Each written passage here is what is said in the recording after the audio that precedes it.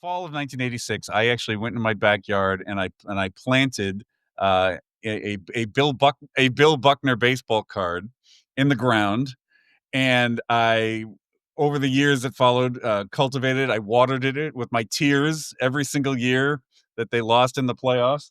And you're never going to guess, you're never going to believe what sprouted, but a small little shrubbery with Oh, look, here's the Buckner card that I planted originally, and I oh swear my. this is true. This really happened. So I planted it sprouted all these obscure Red Sox players. I thought it might be fun to like maybe we could find a ripe one off of my tree here. And I thought it might be fun to kind of reminisce and go like take a trip down memory lane about some obscure Red Sox players that we knew back in the day. So here's I somebody that we forgot even played for the Red Sox, Tom Seaver. Can you imagine? Can you imagine if Tom Seaver was healthy and because when he actually did all right when he pitched for the Red Sox.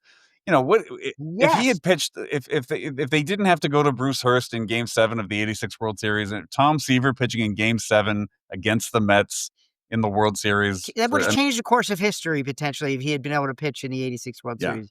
And I remember him hurting his knee in August, and I do remember that. And they were like, he might be back for the postseason. He never never made it made it back. back. Let's go back to our tree here. Hold on. Oh, how about some Joe Hesketh? Joe Hesketh. Look at that. Talk about there's Yes. another guy who doesn't look like an athlete. He No, weighs about as much as this First card. of all, I did a little digging. First of all, I did not have to look at this up, but I remember Joe Hesketh wore number 55 because this is like I can't remember the stats, but I remember like, oh, he wore 55. But I did look up that he pitched for 5 years for the Sox He was in there 1991. 5 years.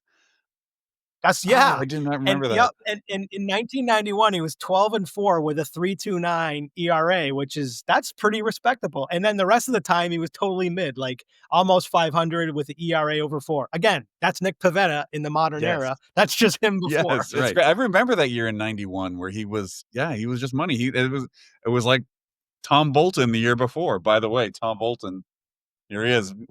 Are we right? Look at that. Oh, Tom Look at that Bolton. mustache.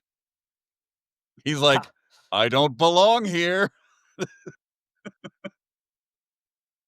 He was like, I used to make videos that had a lot of X's in them.